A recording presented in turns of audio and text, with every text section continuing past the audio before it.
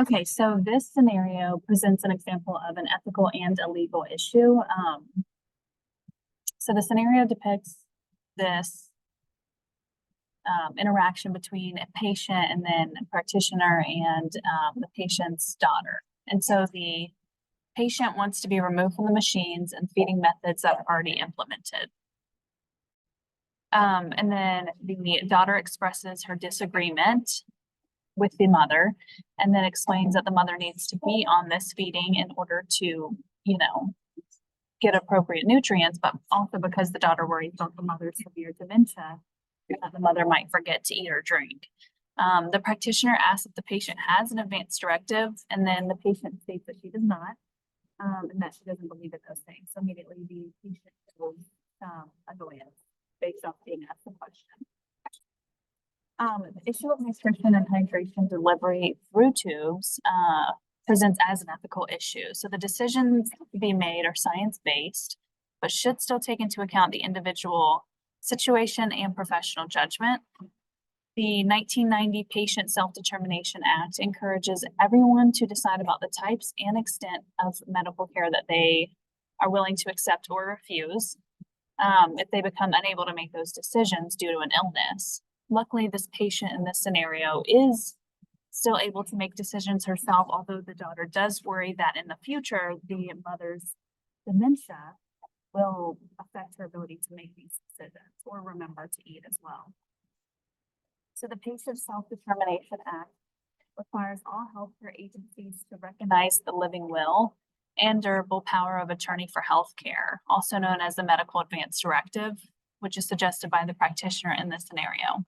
So the principles of the 2018 Code of Ethics for the nutrition and dietetics profession that applies to this scenario includes all four of them. So the first one, which is competence in professional development and practice, non-malfeasance.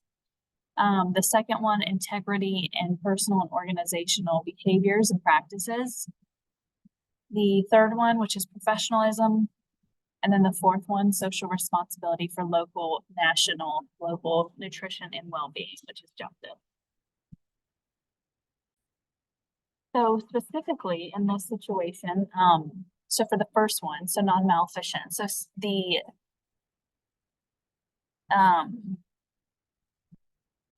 principle E, which says makes evidence-based practice decisions taking into account the unique values and circumstances of the patient, client, and community in combination with the practitioner's experience, expertise, and judgment. So that applies to this situation. So the practitioner is suggesting the advance directive, and then she does this after hearing the daughter state that she worries about her mother with the dementia and not remembering to eat and drink.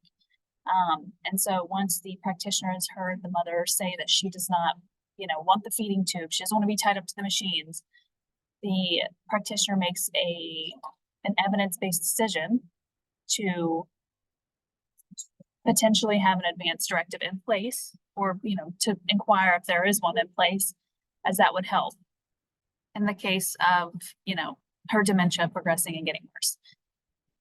So the second one, the integrity in personal and organizational behaviors and practices. So the principle H, which states to respect patient and client autonomy, safeguard patient and client confidentiality according to current regulations and laws. So in this one, the practitioner asks if the patient has the advance directive, and the patient seems bothered by such a question.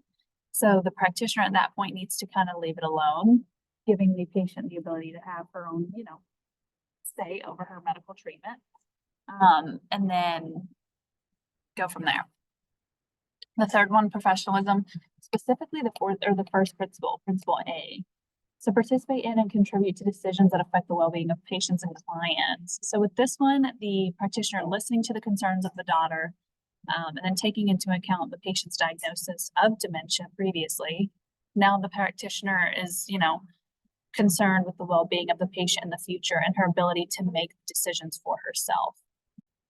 So how I would deal with this situation as the registered dietitian nutritionist is to inform the healthcare team about the patient's comments, and then any conversations with the patient prior where feeding concerns were addressed. Hopefully there were some.